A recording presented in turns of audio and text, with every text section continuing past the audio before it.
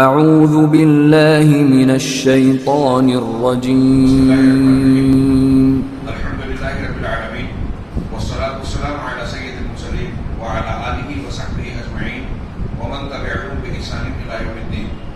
اعوذ باللہ من الشیطان الرجیم. بسم اللہ الرحمن الرحیم. اللہ لا الہ الا هو الحی القیوم لا تأخذہ سنۃ ولا نوم لہ ما فی السماوات وما فی الارض من ذا الذی یشفع عنده الا بإذنہ. محترم حضرین، آیت الکرسی کے معنی اور مطالب پر ہم گفتگو کر رہے ہیں اور یہ بتا رہے ہیں کہ قرآن کی اس عظیم الشان آیت میں اللہ تبارک و تعالیٰ کی توحید کی زبردست ناقابل انکار دلیلیں موجود ہیں، جنہیں کوئی بھی دنیا کا انصاف پسند انسان اگر سمجھ لے تو اللہ تبارک و تعالیٰ کے علاوہ کسی اور کو عبادت اور پوجا کے لائق ہرگز نہیں سمجھ سکتا. اللہ اس کے سوا کوئی معبود برحق نہیں ہے. وہ زندہ ہے اور قائم اور تھامنے والا ہے، بذات خود قائم اور لوگوں کو پوری کائنات کو تھامنے اور چلانے والا ہے. لا تأخذہ سنۃ ولا نوم، اسے اونگ اور نیند چھوتی بھی نہیں، آتی بھی نہیں. لہ ما فی السماوات و ما فی الارض، آسمانوں اور زمین میں جو کچھ ہے سب کا مالک، سب کا اختیار رکھنے والا صرف اور صرف وہی ہے. من ذا الذی یشفع عنده الا بإذنہ، کون ہے جو اس کے پاس، اس کے سامنے اس کی اجازت کے بغیر سفارش کر سکے. ہم اس قدر پہنچے تھے اور شفاعت سے متعلق تھوڑی سی باتیں میں نے عرض کی تھی کل کے درس میں. اللہ تبارک و تعالیٰ کی عظمت شان کا یہ عالم ہے کہ کائنات کی کوئی شخصیت، کوئی ہستی، وہ کتنا بھی مقرب ہو، کتنے بھی اعلیٰ مقام اور مرتبے کا ہو، رب العالمین کے سامنے وہ بغیر اس کی اجازت کے کلام نہیں کر سکتا، بغیر اس کی اجازت کے کسی کی سفارش نہیں کر سکتا. اللہ کا یہ ہیبت ہے، یہ عظمت ہے کہ اس کے آگے کوئی نہیں بڑھ سکتا. یہاں تک کہ سفارش کے معاملے میں بھی انبیاء کرام علیہ السلام کا شیخ ربی کہتے ہیں کہ معاملہ یہ ہوگا کہ قیامت کے دن جب لوگ ان سے گزارش کریں گے کہ آپ رب العالمین سے سفارش کیجیے تو وہ سفارش کرنے سے گریز کریں گے، انکار کریں گے اور معذرت پیش کریں گے. ان کو خود غموم اور خوف اور دہشت گھیرے ہوئے ہوگی. چنانچہ وہ کہیں گے علیکم بآدم. یہ لمبی حدیث ہے، بخاری مسلم اور دوسری حدیث کی کتابوں میں اسے حدیث شفاعت کہا جاتا ہے. قیامت کے موقف میں میدان محشر میں جب لوگ، سورج بہت قریب ہوگا، پسینے سے ڈوبے ہوں گے اور بہت پریشان ہو جائیں گے تو آپس میں کہیں گے کہ چلو ہم آدم علیہ السلام کے پاس چلتے ہیں اور ان سے گزارش کرتے ہیں. وہ کہیں گے علیکم بآدم، تمہارے اوپر لازم ہے کہ آدم علیہ السلام کے پاس چلو. چنانچہ وہ حضرت آدم کے پاس آئیں گے اور ان سے کہیں گے انت ابو البشر، تو آپ جو ہیں وہ ابو البشر ہیں، سارے انسانوں کے باپ ہیں. اللہ نے آپ کو اپنے ہاتھ سے بنایا، پھر آپ کے اندر اپنی روح پھونکی اور فرشتوں کو حکم دیا، انہوں نے آپ کو سجدہ کیا. لہذا اشفع لنا ربک، اشفع لنا الی ربک، آپ اپنے پروردگار کے حضور ہماری سفارش کیجیے. حساب و کتاب کی سفارش کی گزارش کریں گے. چنانچہ آپ سفارش کیجیے. الا تری الی ما نحن فیہ، الا تری الی ما قد بلغنا، کیا آپ نہیں دیکھتے کہ ہم کس حال میں ہیں اور کس پریشانی اور تکلیف کے مقام تک پہنچ گئے. تب آدم علیہ السلام جواباً کہیں گے ان ربی قد غضب اليوم غضبا لم یغضب قبلہ مثلہ ولن یغضب بعدہ مثلہ. میرا پروردگار آج اتنا غضبناک ہے کہ نہ اس سے پہلے کبھی اتنا ناراض ہوا، نہ اس کے بعد ہوگا. وَإِنَّهُ نَهَانِي عَنِ الشَّجَرَةِ، اس نے جنت میں مجھے ایک درخت کے کھانے سے منع کیا تھا. فَعَصَيْتُ، مجھ سے اس کی نافرمانی سرزد ہو گئی. نفسی نفسی نفسی، آج تو میرا معاملہ یہ ہے کہ میں اپنے بارے میں فکر مند ہوں. نفسی نفسی نفسی، میرا نفس میرا نفس میرا نفس. اذهبوا الى غیری، جاؤ میرے علاوہ کسی اور کے پاس جاؤ. اذهبوا الى نوح علیہ السلام کے پاس جاؤ. عربی کے ساتھ میں پیش کروں گا تو کافی وقت لگے گا. میں اس حدیث کے مضمون کو اپنے الفاظ میں بیان کرتا جاتا ہوں. حضرت نوح علیہ السلام کے پاس وہ لوگ آئیں گے اور کہیں گے کہ اے نوح، آپ اہل زمین کی طرف پہلے رسول تھے، میں نے اس سے پہلے بیان کیا کہ نبی اور رسول میں فرق ہے. حضرت نوح کی قوم پہلی قوم تھی جس نے کفر کیا, شرک اکبر کا ارتکاب کیا. اس کے اعتبار سے مخالفین سب سے پہلے نوح علیہ السلام کو ملے عقیدے میں. چنانچہ آپ پہلے پیغمبر, پہلے رسول ہیں, اور آپ سے پہلے حضرت آدم, حضرت ادریس, حضرت شیس جو تھے وہ انبیاء کے شمار میں ہوتے ہیں. تو لوگ کہیں گے کہ آپ اہل زمین کی طرف پہلے رسول تھے, اور اللہ نے آپ کو عبد شکور, شکر گزار بندے کا نام دیا. آپ ہمارے لیے سفارش کیجیے. ان سے بھی وہی جملے کہیں گے کہ کیا آپ دیکھتے نہیں ہماری کیا حالت ہو گئی ہے, کس حال کو پہنچ گئے ہیں. نوح علیہ السلام بھی وہی جواب دیں گے کہ میرا پروردگار آج اتنا غضبناک ہے کہ نہ پہلے ہوا نہ بعد میں ہوگا. اور مجھے اس نے ایک دعا دی تھی جسے میں نے استعمال کر کے اپنی قوم کے خلاف دعا کر لی, یعنی بد دعا دے دی. ہاں, نفسی نفسی نفسی, میرا نفس میرا نفس میرا نفس, میں اپنے تعلق سے فکر مند ہوں, میرے علاوہ کسی اور کے پاس جاؤ ابراہیم کے پاس جاؤ. لوگ سیدنا ابراہیم علیہ السلام کے پاس آئیں گے, ان سے کہیں گے کہ آپ اللہ کے نبی ہیں اور زمین کے لوگوں میں سے اللہ نے آپ کو اپنی خلت کے لیے چنا, آپ اللہ کے خلیل بھی ہیں, خالص دوست ہیں. اپنے پروردگار سے ہمارے لیے دعا کیجیے. دیکھتے نہیں کیا حال ہے. حضرت ابراہیم کو وہی بات کہیں گے, وہ بھی وہی جواب دیں گے, میرا پروردگار اتنا غضبناک ہے کہ نہ پہلے ہوا نہ بعد میں. ہاں, ایسا غضبناک ہوگا. اور میں نے 3 جھوٹ بولے تھے, لہذا مجھے اپنے آپ پر ڈر ہے. تم دوسرے کے پاس جاؤ, موسیٰ کے پاس جاؤ. یہاں شیخ نے رک کر تھوڑی سی تشریح کی کہ پہلے آدم علیہ السلام کے پاس جائیں گے, ان کا مقام مرتبہ کیا ہے, پیغمبر ہے, غور کیجیے, کوئی معمولی اور عام آدمی نہیں ہے, ایک نبی ہے, پہلے انسان ہے, ان کی کیا کیا خصوصیات ہیں تھوڑا سا ذکر بھی ہے. آدم علیہ السلام نے جو غلطی کی تھی اس کے پاداش میں خوفزدہ ہوں گے میدان محشر میں کہ کہیں پروردگار اس پر مواخذہ نہ کر لے, پکڑ نہ کر لے. میں تو خود مصیبت میں گرفتار ہو سکتا ہوں, اس ڈر میں مبتلا ہوں. حالانکہ حضرت آدم علیہ السلام نے اپنی جو غلطی کی تھی اس سے توبہ کر لی, اللہ نے توبہ قبول کر لی, معاف کر دیا, بالکل واضح ہے. پھر بھی آدم علیہ السلام خوفزدہ ہوں گے, قیامت کی ہولناکی کا اندازہ لگائیے. یہی حال حضرت نوح علیہ السلام کا ہے, اولو العزم پیغمبروں میں سے. انہوں نے جو بد دعا کی, کس تناظر میں کی, تھوڑی دیر کے لیے سوچئے. 950 سال جس قوم کو دعوت دی تھی اس قوم کے تعلق سے ساری کوششیں کی تھی.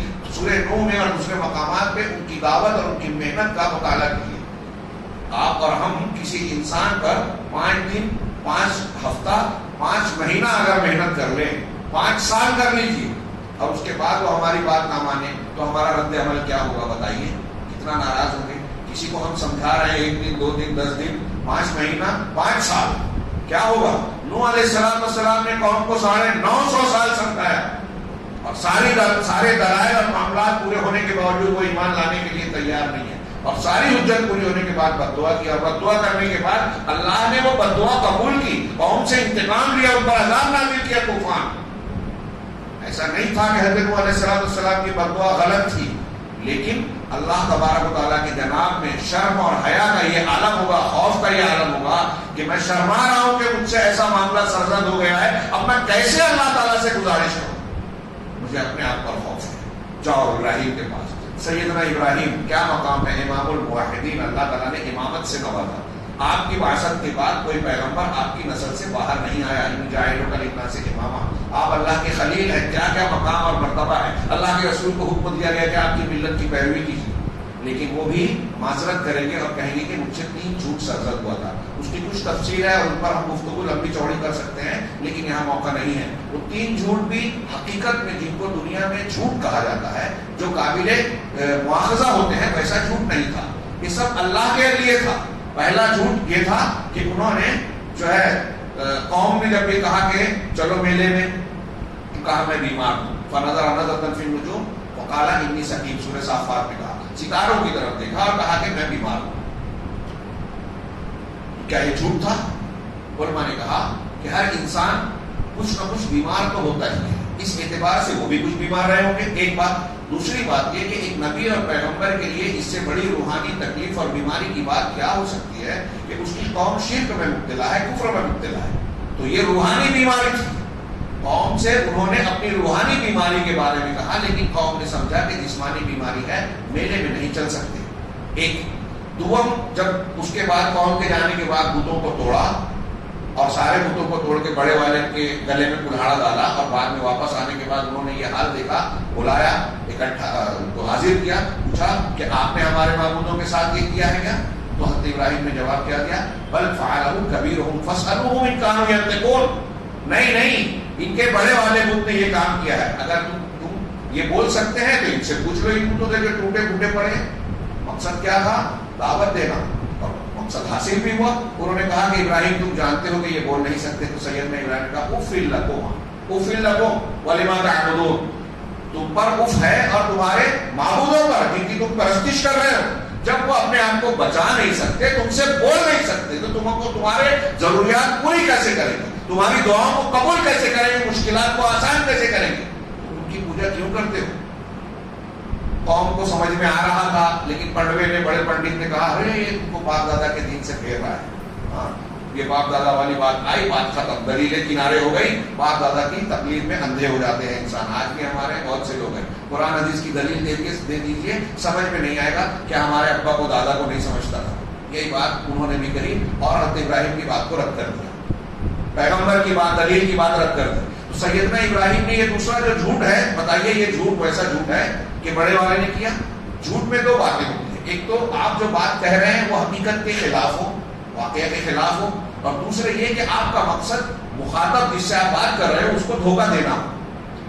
میں کوئی جھوٹ آپ سے اگر بول رہا ہوں، اللہ محفوظ رکھے، مثال دینے سمجھانے کے لیے کہہ رہا ہوں کہ تو اس کا ایک بات تو یہ ہوتی ہے کہ جو بات میں کہہ رہا ہوں وہ حقیقت کے خلاف ہے، دوسرا یہ کہ میں آپ کو دھوکہ دینا چاہتا ہوں۔ یہ دو باتیں جب ہوتی ہیں تو جھوٹ جھوٹ ہوتا ہے۔ اگر دونوں میں سے کوئی ایک ہوگی، ایک نہیں ہوگی، تو وہ حقیقی جھوٹ نہیں ہے، اس کے الگ نام ہوں گے، توریہ، تعریض کہا جائے گا، بلاغت اور زباندانی کے باب میں۔ حضرت ابراہیم علیہ السلام نے کہا بڑے والے نے توڑا، کیا قوم نے مان لیا؟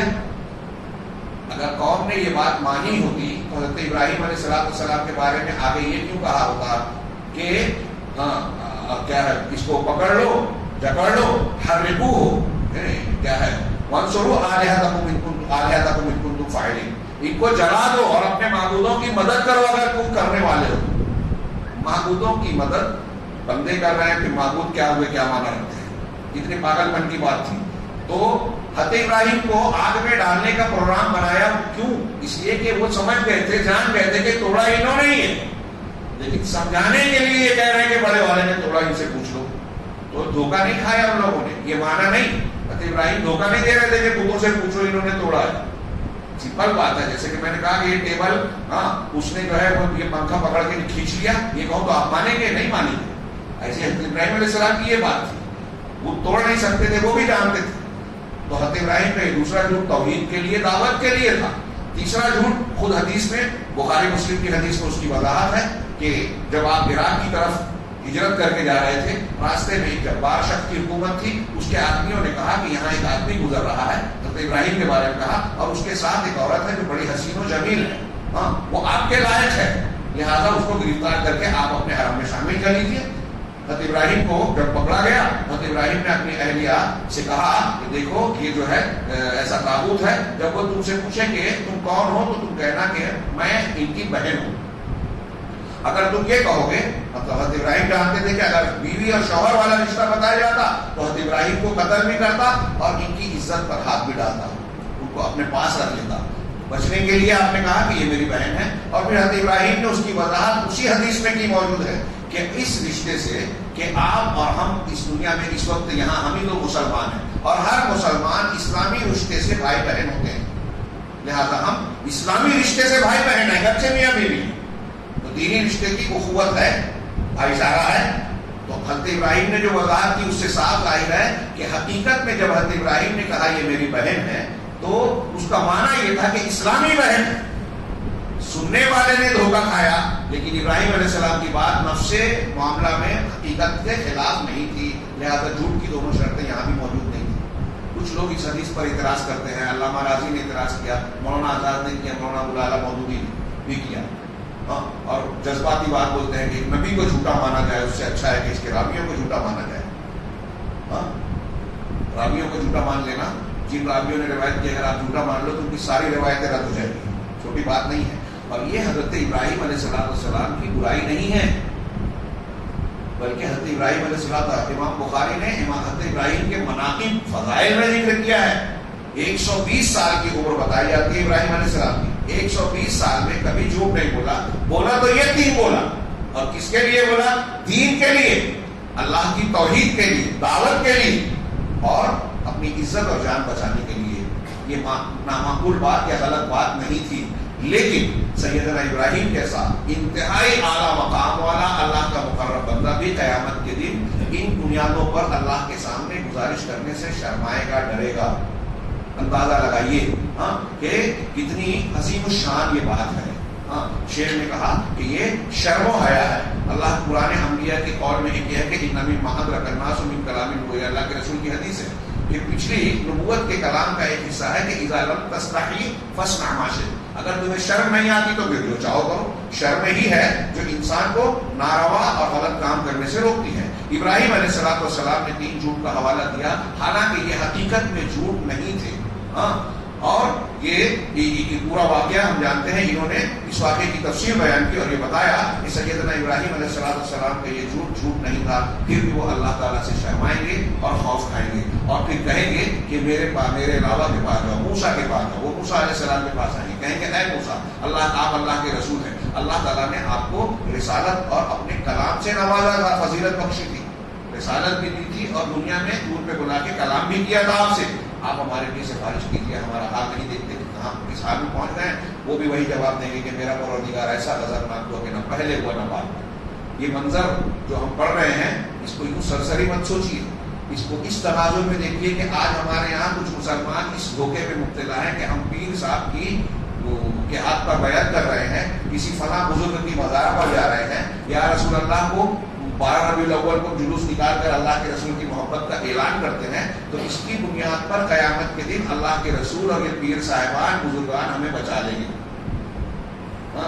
دامن پکڑ کر مچل جائیں گے کہتے ہیں، وہ بچا لیں گے ہمیں۔ یہاں آپ قرآن حدیث کا مطالعہ کیجیے، نبی کریم صلی اللہ علیہ وسلم کہہ رہے ہیں، وہ حدیث بھی یاد کیجیے، میں نے اس سے پہلے شاید جمعہ کے خطبے میں تذکرہ کیا، قریبی رشتہ داروں کو خطاب کر کے کہا اے صفیہ، اے عباس، اے چچا، اے پھوپھی، یہاں تک کہ آخر میں اپنی بیٹی سے کہا اے فاطمہ بنت محمد سلینی من مال ما شئتی، اپنے جگر کے ٹکڑے سے کہا میری مال سے دنیا میں جو چاہتی ہے مانگ لے، لا اغنی عنک من اللہ شیئا، اللہ کے سامنے میں تیرے کام نہیں آ سکتا۔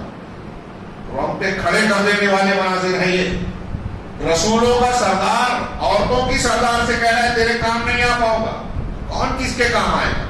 کہ انبیاء کا حال نقل کیا جا رہا ہے۔ ہم نے 100 مرتبہ یہ سنا ہو، لیکن جب بھی آپ سنیں تو سن کر ایک کان سے اڑا مت دیجیے، اس کو اپنے دل و دماغ میں تازہ رکھیے اور غور کیجیے اس منظر کو کہ قیامت کے دن یہ حال ہوگا، ہم عمر شمع کہاں رہیں گے، کون کس کا کیا ہو سکتا ہے، کام آ سکتا ہے۔ تو اللہ تبارک حضرت موسیٰ بھی یہی جواب دیں گے اور کہیں گے انی قتلت نفسا لم امر بقتلھا، میں نے ایک ایسی جان کو مار دیا تھا جس کو مارنے کا مجھے حکم نہیں دیا گیا تھا۔ سورہ قصص میں واقعہ ہے نا، حضرت موسیٰ علیہ السلام گزرے، ایک ان کی قوم کا اور ایک قبطی، دونوں میں جھگڑا ہو رہا تھا، یہ چھڑانے گئے، قبطی کو ایک موسیٰ مارا اور وہ مر گیا۔ حضرت موسیٰ مارنا نہیں چاہتے تھے، غصے سے وہ مر گیا، اور پھر فوراً حضرت موسیٰ نے کہا کہ یہ تو جاہلین کا عمل ہو گیا، مجھ سے جاہلوں کا عمل ہو گیا، اللہ تعالیٰ سے مغفرت طلب کی، معافی مانگی۔ تو میں نے ایک جان کو مار دیا تھا، نفسی نفسی نفسی، آج میرا اپنا معاملہ بڑا کھٹائی میں ہے، نفسی نفسی، میرے علاوہ کے پاس جاؤ، حضرت عیسیٰ کے پاس جاؤ، عیسیٰ کے پاس جائیں گے، ان سے کہیں گے کہ آپ اللہ کا کلمہ، اس کی روح ہیں، بغیر والد کے آپ کو پیدا کیا، آپ کے یہ مقام ہے، لہذا آپ کو اللہ تبارک و تعالیٰ نے بچپن میں جو ہے کلام کی صفت سے نوازا تھا، مہد میں آپ نے بات چیت کی تھی، آپ ہمارے لیے سفارش کیجیے، دیکھ نہیں رہے کیا حال ہے۔ حضرت عیسیٰ بھی نفسی نفسی کہیں گے اور کہیں گے کہ محمد صلی اللہ علیہ وسلم کے پاس جاؤ، اور پھر حضرت محمد صلی اللہ علیہ وسلم کے پاس لوگ جائیں گے، وہ بھی وہی کہیں گے نفسی نفسی، اور ان کو بھی وہی جملہ کہیں گے کہ میرا پروردگار آج بہت غضبناک ہے۔ پھر لوگ حضرت محمد صلی اللہ علیہ وسلم کے پاس آئیں گے، آپ کہیں گے یا محمد، لوگ کہیں گے اے محمد انت رسول اللہ، آپ اللہ کے رسول ہیں، وہ خاتم الانبیاء، خاتم الانبیاء ہیں، خاتم الانبیاء کا درجہ مقام سب سے اونچا، اور اللہ نے آپ کے پچھلے سارے گناہ کو معاف کر رکھا ہے، آپ ہمارے لیے سفارش کیجیے، دیکھتے نہیں کہ ہمارا کیا حال ہے، کس حال کو پہنچ گئے۔ فَأَنْطَلِقُوا، اللہ کے نبی نے یہاں تک بیان کر کے کہا کہ میں چلوں گا وہاں سے، فآتی تحت العرش، اور میں عرش کے نیچے پہنچوں گا، فاقع ساجدا لربی، چنانچہ میں اپنے پروردگار کے سامنے سجدہ ریز ہو جاؤں گا، سجدے میں گر پڑوں گا. ثم یفتح اللہ علیہ من محامدہ، پھر اللہ تعالیٰ مجھ پر اپنی حمد و ثنا اور تعریف کے کلمات کھولے گا، وحسن الثنا، اور اچھی تعریف، شیئا، ایسی چیز لم یفتح علی احد قبلی، جو اس سے پہلے مجھ سے پہلے کسی پر نہیں کھولی ہوگی، یعنی ویسی حمد و ثنا کسی نے نہیں کی ہوگی اور نہ میں بھی اس سے پہلے کیا ہوگا. ثم یقال، جب آپ سجدے میں ہوں گے، اللہ کی خوب حمد و ثنا کر لیں گے، تو آپ سے کہا جائے گا یا محمد ارفع رأسک، اے محمد اپنا سر اٹھائیے. دیکھیے نبی کریم صلی اللہ علیہ وسلم کی ڈائریکٹ سفارش نہیں کر رہے ہیں. دنیا میں ہم کسی کے پاس کسی کی سفارش کرنے جاتے ہیں تو یہ طریقہ اختیار کرتے ہیں کہ براہ راست کہتے ہیں. اللہ کے رسول سجدے میں گریں گے، حمد و ثنا کا بیان کریں گے. اور دیکھیے آپ کو دنیا میں جو دی گئی تھی دعا، مسلم شریف کی دعا ہے نا، مسلم شریف کی جو حدیث ہے کہ ہر نبی کو ایک دعا دی گئی جو اس نے مان لی دنیا میں نے اپنی دعا کو روک رکھا ہے قیامت کے دن اپنی امت کی سفارش کی. لیکن یہ تو سارے لوگوں کے لیے، سارے انبیاء اور ان کی قوموں کے لیے ہوگی یہ سفارش. اللہ تعالیٰ کہے گا کہ اے محمد اپنا سر اٹھائیے، سر توڑتا، مانگیے دیا جائے گا، واشفع تشفع، اور سفارش کیجیے آپ کی سفارش قبول کی جائے گی. فارفع رأسی، یہاں بعض بخاری مسلم کی حدیثوں میں ہے، آگے وہ جملہ میں بیان کروں گا تو میں کہوں گا اے اللہ میری امت، یا امتی یا رب، امتی یا رب، امتی یا رب. پہلے تو آپ سفارش کے لیے کہ پوری قوم اور پوری دنیا کے انسانوں کا حساب و کتاب لیا جائے، اس کو شفاعت کبریٰ کہتے ہیں. یہ سفارش کریں گے، پھر دوبارہ معاملہ ہوگا تو یہاں اختصار ہے. آپ کہیں گے میری امت اے پروردگار، سارے انبیاء کہیں گے نفسی نفسی نفسی، میرا نفس میرا نفس میرا نفس. محمد رسول اللہ اکیلے کہیں گے میری امت میری امت میری امت. سوچیے امت کے تعلق سے آپ کتنے مہربان، شفیق، رحیم اور رؤوف ہیں. چنانچہ آپ کہیں گے فیقال یا محمد، تو کہا جائے گا اے محمد اپنی امت میں سے ان لوگوں کو جنت کے سیدھے دروازے، دائیں جانب کے دروازے سے داخل کر دو جن پر کوئی حساب نہیں ہے، اور باقی لوگ جو امت کے ہیں وہ دیگر دروازوں میں شریک ہیں تمہاری امت کے لوگ. یہ حدیث شفاعت مختلف الفاظ سے یہاں اتنی مقدار میں انہوں نے نقل کیا. اس میں یہ ایک وضاحت ہے کہ نبی کریم صلی اللہ علیہ وسلم کے لیے حد مقرر ہوگی.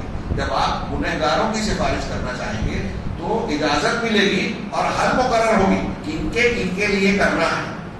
اور قرآن اور حدیث کی بالکل صاف دلیلیں ہیں کہ یہ بھی طے ہوگا کہ ان کے لیے کرنا ہے، ان کو کرنا ہے.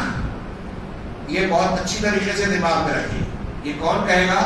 اگر کسی کو فرض کیجیے محمد صلی اللہ علیہ وسلم کو یا کسی پیغمبر کو سفارش کی اجازت ملے گی بھی تو اس کو یہ اختیار نہیں رہے گا، جیسے مثال کے طور پہ آپ کو مجھ کو کسی کو ملی تو یہ اختیار نہیں رہے گا کہ آپ اپنے ابا کے لیے کر لو، بیوی کے لیے کر لو، بیٹے کے لیے کر لو. ایسا نہیں ہوگا. اچھی طرح اجازت ملے گی تو یہ بھی طے ہوگا کس کے لیے کرنا ہے، اور جس نے دنیا میں شرک کیا ہوگا اس کے لیے اجازت نہیں ملے گی. بخاری مسلم کی اور قرآن کی دلیلوں سے بالکل صاف طور پر یہ ثابت ہے کہ شرک کرنے والے کو جناب محمد رسول اللہ صلی اللہ علیہ وسلم کی شفاعت کی اجازت نہیں ملے گی. اللہ کے رسول اپنے چچا ابو طالب کو جہنم سے نہیں نکال سکیں گے، بالکل صاف حدیثیں موجود ہے. اپنے والدین کو نہیں بچا سکیں گے. ابراہیم علیہ السلام اللہ تعالیٰ سے کہنا چاہیں گے، بخاری کی روایت ہے کہ آزر باپ جو ہے ابراہیم کے پاس آئیں گے اور کہیں گے کہ یہ بیٹا میں نے دنیا میں تمہاری بات نہیں مانی، آج میں تمہاری ہر بات مانوں گا، اپنے پروردگار سے دعا کرو مجھے بچا لے. حضرت ابراہیم یہ کہیں کہ اللہ تعالیٰ تو نے مجھ سے وعدہ کیا تھا کہ مجھے رسوا نہیں کرے گا، اس سے بڑی رسوائی کیا ہوگی کہ میرا باپ جو ہے اس طریقے سے جو ہے عذاب مبتلا ہو. اللہ کی طرف سے کہا جائے گا کہ وہ تیرا باپ اور تیرا رشتے دار نہیں ہے، اور دیکھ تجھ کو رسوائی سے ہم نے بچائے رکھا ہے. اب جب حضرت ابراہیم پلٹیں گے تو وہ ایک بچو کی شکل میں خون اور گندگی میں لتڑا ہوا ہوگا اور اللہ کے حکم سے فرشتے گھسیٹ کر آزر کو جہنم میں لے جا کر پھینک دیں گے. ابراہیم علیہ السلام اپنے باپ کو اس لیے نہیں بچا پائیں گے کہ وہ شرک پہ مرا ہے. اللہ کے رسول کو دنیا میں ابو طالب کے لیے مغفرت کی دعا کرنے سے اس لیے منع کر دیا گیا کہ وہ شرک پر مرے. کتنی بڑی بات ہے. صرف اس ایک بات پر کوئی مسلمان بندہ اگر غور کر لے تو وہ یہ سوچے گا کہ مجھے توحید سیکھنا چاہیے، شرک سے بچنا چاہیے، اس سے زیادہ کسی اور چیز پر توجہ دینا ہی نہیں چاہیے. سب سے بڑا مسئلہ ہی اس سے بڑھ کر کوئی دوسرا مسئلہ ہے ہی نہیں، توحید اور شرک. کتنی بڑی بات ہے. تو یہ شفاعت کا معاملہ ہے. اللہ کے رسول صلی اللہ علیہ وسلم دیکھیے انہوں نے پھر تشریح کرتے ہوئے کہا کہ موسیٰ عذر کریں گے اس لیے کہ انہوں نے ایک کافر کو قتل کر دیا تھا. یہ بغیر اللہ کی اجازت کے وہ کفر قتل تھا، اس لیے وہ شرمندہ ہوں گے. اسی طرح وہ حضرت عیسیٰ کی طرف دیکھیں گے، حضرت عیسیٰ محمد صلی اللہ علیہ وسلم کے پاس بھیجیں گے. اللہ کے رسول کہیں کہ ہاں میں اس کا حقدار ہوں. چنانچہ آپ سجدے میں گریں گے اور دعا کرتے رہیں گے، لمبی دعا کریں گے. اور اس کے بعد جب آپ کو اجازت ملے گی تب آپ سفارش کر پائیں گے. اللہ تبارک و تعالیٰ نے یہی بات آیت الکرسی کی اس آیت میں فرمائی، من ذا الذی یشفع، کون ہے جو اللہ تعالیٰ کے عظیم اور جلیل ذات کے سامنے سفارش کا اراءہ اور جرأت کر سکتا ہے بغیر اجازت کے. تو مطلب یہ ہے کہ کوئی بھی اللہ کی اجازت کے بغیر سفارش نہیں کر سکتا. اور حاصل کیا ہوا کہ شفاعت بھی اللہ کا اختیار، اللہ کی اختیار کی چیز ہے، اللہ کی ملکیت ہے. جیسے پوری آسمان زمین اللہ کی ہے، جیسے جنت اللہ کی ہے. اگر ہم اور آپ جب جانتے ہیں کہ جنت اللہ کی ہے تو کیا ہم کسی اور سے مانگیں گے کہ اے فلاں تو جنت دے دے مجھے؟ اللہ کی جنت ہے تو اللہ ہی سے مانگیں گے. تو کائنات کی سب چیز اللہ کی ہے، وہ بھی مانگیں گے. سفارش اللہ کی ہے، اس کا اختیار بھی اللہ کے پاس ہی ہے، لہٰذا شفاعت بھی مانگنا ہے تو اللہ سے مانگنا. کسی کی قبر پر جا کر کسی بزرگ سے، کسی پیر اور کسی نبی کو پکار کے یہ نہیں کہیں کہ آپ سفارش کر جاؤ، اس لیے کہ ان کے پاس اس کا پاور ہے ہی نہیں. قرآن نے یہ بھی کہا سورہ زمر میں، قل للہ الشفاعۃ جمیعا، آپ کہہ دیجئے کہ پوری سفارش کا حقدار اور اختیار اللہ کے پاس ہے، ساری سفارش اللہ کے لیے ہے. لہذا کسی کے لیے جائز نہیں ہے کہ مردوں سے یا غائب لوگوں سے یا کسی زندہ انسان سے یہ مطالبہ کرے کہ آپ اللہ کے پاس میری سفارش کریں. ہاں زندہ آدمی سے یہ کہہ سکتے ہیں دعا کریں، شفاعت بمانا دعا اگر ہو تو یہ کیا جا سکتا ہے زندہ نیک انسان سے. ہاں رہا مردہ تو جب اس سے آپ شفاعت کا مطالبہ کریں گے تو اگر آپ دعا کرتے ہو کہ میری سفارشی بن جاؤ تو آپ ایک ایسی چیز غیر اللہ سے مانگ رہے ہو جو اللہ کا حق ہے، جو اللہ تبارک لا یحصل الا لمن اذن اللہ له، یہ اسی کو حاصل ہوگی جس کے لیے اللہ اجازت دے گا. اب اللہ کہہ رہا ہے کہ شفاعت پوری کی پوری اللہ کے لیے ہے، کوئی اس کے پاس بغیر اجازت کی سفارش نہیں کر سکتا. یہاں شیخ نے کہا کہ لیکن رافضی جو ہے، ہمارے مسلمان کہتے ہیں اپنے آپ کو روافض ہوں، قبر پرست ہوں، جو قبوری ہیں، اہل تصوف ہوں، یہ شفاعت کو اموات سے، مردوں سے طلب کرتے ہیں، ان کے لیے جانور ذبح کرتے ہیں، بلکہ ان سے فریاد مانگتے ہیں، استغاثہ کرتے ہیں، اور یہ عقیدہ رکھتے ہیں کہ یہ جن سے ہم سفارش کر رہے ہیں یہ غیب بھی جانتے ہیں، کائنات میں تصرف رکھ سکتے ہیں. دیکھیے حضرت علی کو شیعہ کہتے ہیں مولائے کائنات. ہمارے یہاں بریلوی اخبار میں بہت سارے لوگ ہیں جو بزرگان دین کو کہتے ہیں یہ کتب ہے، یہ ابدال ہے، یہ فلاں ہے، یہ کائنات کا نظام چلاتے ہیں، یہ ایسا کر سکتے ہیں اور ویسا کر سکتے ہیں.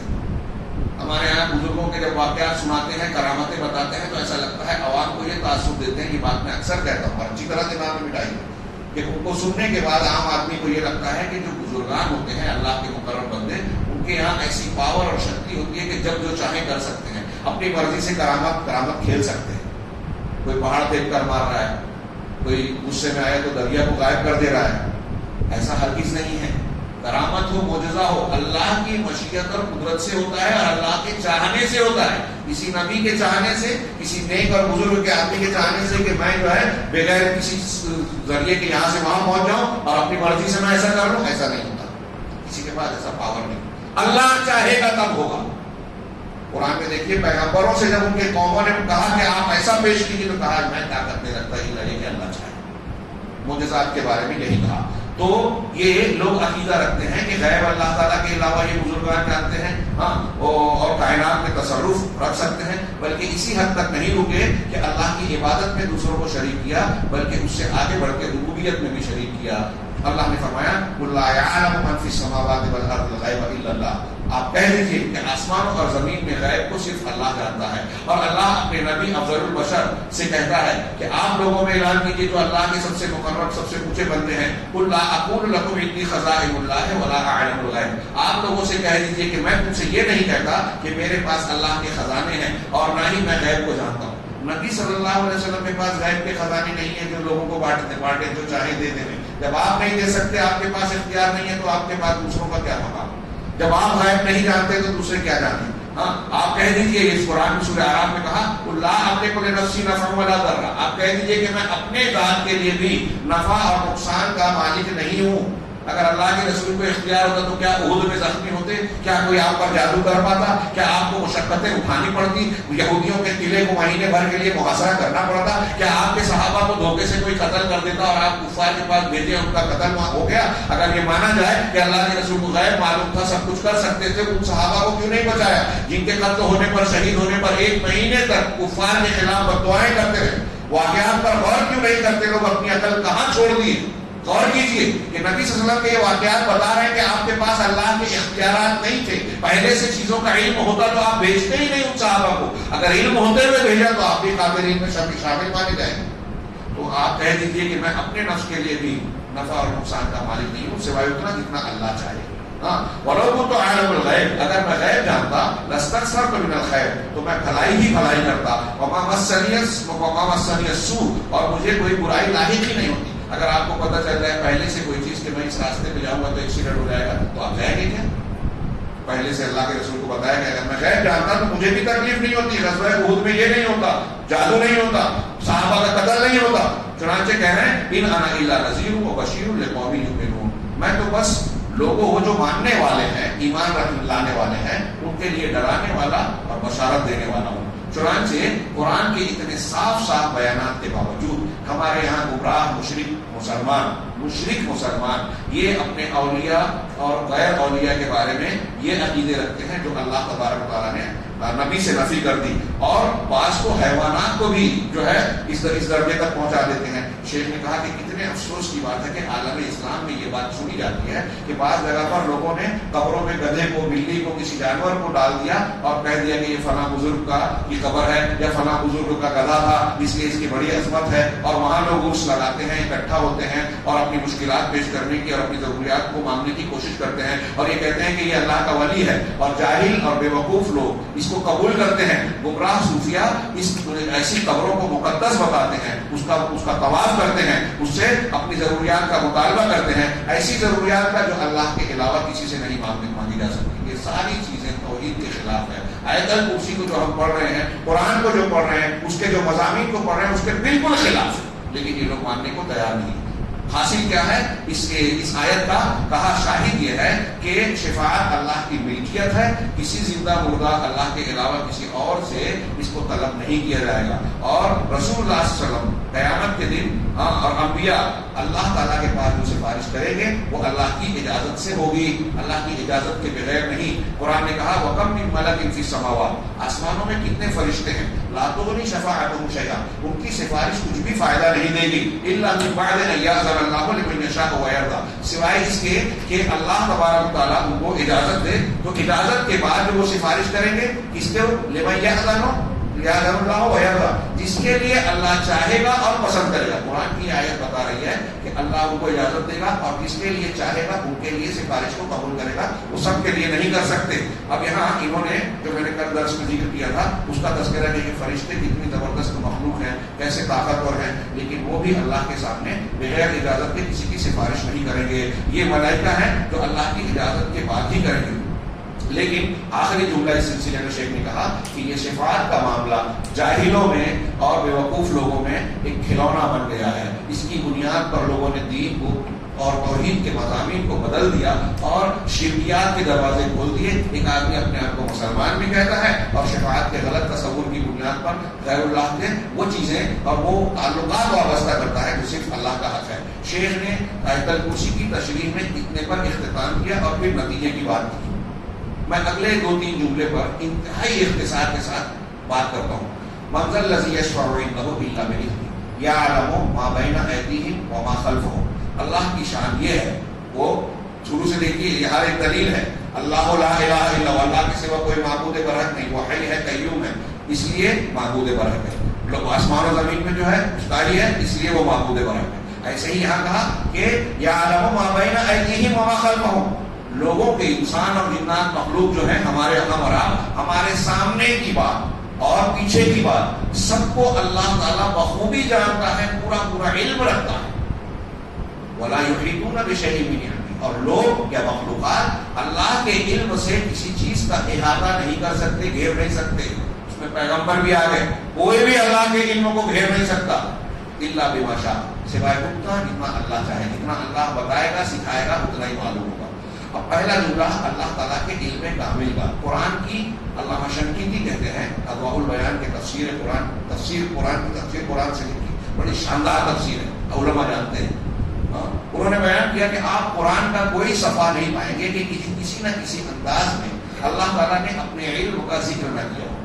وہ خبیر ہے، وہ لطیف ہے، وہ علیم ہے، وہ دلوں کے بھید کو جانتا ہے، تم نہیں جانتے وہ جانتا ہے، اس سے کوئی چیز بنا اور چھپی ہوئی نہیں ہے، کوئی چیز اس سے اوجھل نہیں ہے۔ اس طریقے سے مختلف انداز میں اللہ کے علم کا ذکر کیا گیا ہے۔ اللہ تعالیٰ ساری چیزیں جانتا ہے اور یہ اللہ سے ڈرنے کی بات ہے۔ علامہ شنقیطی نے کہا کہ فرض کرو کہ ایک بادشاہ، اس کا دربار لگا ہے، اس کے بغل میں اس کی بیٹی، اس کی بیوی ملکہ بیٹھی ہوئی ہے۔ ایک آدمی اس کے دربار میں آتا ہے، اس کو پتا ہے کہ بادشاہ غلطی کرنے والے کو بہت سخت سزا دیتا ہے، بڑا غیور ہے، تو کیا بادشاہ کے موجود ہوتے ہوئے اس کی اس صفت کو جانتے ہوئے کہ بادشاہ مجھے دیکھ رہا ہے، وہ بادشاہ کے دیکھتے ہوئے سامنے ملکہ پر، اس کی بیٹی پر غلط نظر ڈال سکتا ہے؟ کہ بادشاہ دیکھ رہا ہے اور بہت سخت ہے، کوئی غلطی کرنے والے کو چھوڑتا نہیں ہے، یہ جانتا ہے۔ ایسا جاننے والا شخص بادشاہ کے دیکھتے ہوئے اس کی بیٹی یا بیوی پر بری نگاہ ڈالے گا، بدتمیزی کرے گا؟ نہیں کر سکتا نا۔ تو اب ایسے ہی آپ اس کو دیکھیں کہ جب بندے کو یہ معلوم ہوا کہ اللہ ہم کو دیکھ رہا ہے ہر جگہ، اور وہ القہار ہے، ذو انتقام ہے، غالب ہے، زبردست ہے، وہ جب پکڑے تو دنیا کی کوئی طاقت بچا نہیں سکتی، اللہ ہمیں ہر وقت دیکھ رہا ہے، تو ہم کتنی بھی تنہائی میں ہو، روزہ ہے تو گلے سے قطرہ پانی کا قطرہ نہیں اتاریں گے، کہیں بھی اکیلے ہو، گناہ کا موقع مل رہا ہے، چوری کر سکتے ہیں نہیں کریں گے، زنا کر سکتے ہیں نہیں کریں گے، تنہائی میں ہے موبائل میں گندی چیزیں دیکھ سکتے ہیں۔ نوجوان کو اگر آپ نے یہ سکھا دیا، توحید مضبوط بنا دی، تو وہ آج نوجوان جو فحاشی بے حیائی اور گندے کام کر رہا ہے، چوری چھپے سے جو عشق کو معاشرے لڑاتا ہے، یہ چیزیں نہیں کرے گا۔ تو لوگوں کو بچانے کے لیے، لوگوں کو اچھا بنانے کے لیے اللہ تعالیٰ کے تعلق سے یہ صحیح علم کہ اللہ تعالیٰ ہر چیز کو جانتا ہے، کائنات کی کوئی جگہ کوئی مقام ایسا ہے ہی نہیں جہاں آپ اللہ سے چھپ جاؤ۔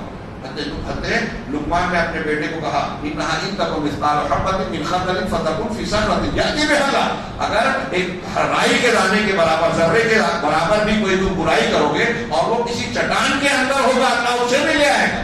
اللہ سے کوئی چیز چھپ نہیں سکتی، یہ اللہ کی شان ہے۔ اب دنیا میں جن لوگوں کو پوجا جاتا ہے، رام چندر جی کو پوچھتے ہیں ہمارے یہاں، جے شری رام کا نعرہ لگوا رہے ہیں، لوگوں سے لگا رہے ہیں، ہاں ان کا واقعہ وہ خود ہی بیان کرتے ہیں کہ راون آیا، سیتا کو لے گیا، رام کو خبر نہیں تھی۔ ان کی کتاب میں، ان کے قصے میں، ٹی وی چینل پہ بتاتے ہیں، ان کی کتاب میں لکھا ہے کہ جب وہ لے کے چلا بھی گیا، ہنومان سے مدد مانگی، جب دوسرے سے مدد مانگ رہے ہیں تو کیسے پوجا نہیں ہوئے؟ ان کو خود مدد کی ضرورت ہے۔ اب جب سری لنکا جانا ہے تو ساحل پہ جا کے کھڑے ہیں، 3 دن گزر گیا، غصہ آیا، تیر میں آگ لگائی کہ میں بحر عرب بحر ہند کو جو ہے جلا دوں، یہ راستے میں مجھ کو رکاوٹ بن رہا ہے۔ تو سمندر نے کہا، ان کی کتاب میں، رامائن میں، سمندر نے کہا کہ تم مجھ پر کیوں غصہ ہو رہے ہو، مجھے کیوں جلا رہے ہو؟ ارے تم کو، بولے کہا میرے راستے میں تو رکاوٹ ہے، تو کہا تمہارے جو ہنومان کی فوج ساتھ لائے ہو اس میں نیل اور نال نام کے 2 بڑے بڑے بندر ہیں، ان سے کہو وہ بڑے بڑے پتھر چٹان اٹھا کے لائیں گے اور یہاں بچھا دیں گے، پل بن جائے گا، اسے چلے جانا۔ نیل نال کو بلائے گا، ہاں ایسا کر سکتے ہیں، بات کرو۔ تو سمندر بتایا رام جی کو، ان کو پتہ ہی نہیں کہ میری فوج میں ایسے لوگ ہیں جو یہ کر سکتے ہیں۔ آپ کو یاد ہوگا کچھ پیچھے چند سالوں پیشتر جب کانگریس کی حکومت تھی تو جنوبی ہند میں، مطلب یہ اس نے ایک مشروع بنایا تھا، پروگرام بنایا تھا کہ جو سمندر ہے ساؤتھ کا، اس کو صاف کر کے جہازوں کے لیے راستہ بنایا جائے تاکہ ہم کو آمدنی ہو۔ اس کے لیے انہوں نے پیٹیشن بھی داخل کی تھی سپریم کورٹ میں۔ تو ہندو فرقہ پرستوں نے کہا کہ نہیں، وہ رام جی کی نشانی ہے، رام سیتو ہے، رام پل، لہٰذا ہم اس کو توڑنے نہیں دیں گے۔ آپ کے یہاں تمل ناڈو کے جو چیف منسٹر تھے کرونا گاندھی، اس میں انہوں نے مناظرے کا چیلنج کیا تھا، انہوں نے کہا تھا کہ رام پیدا ہی نہیں ہوا، کوئی آئے مجھ سے بات کر لے، میں تیار ہوں۔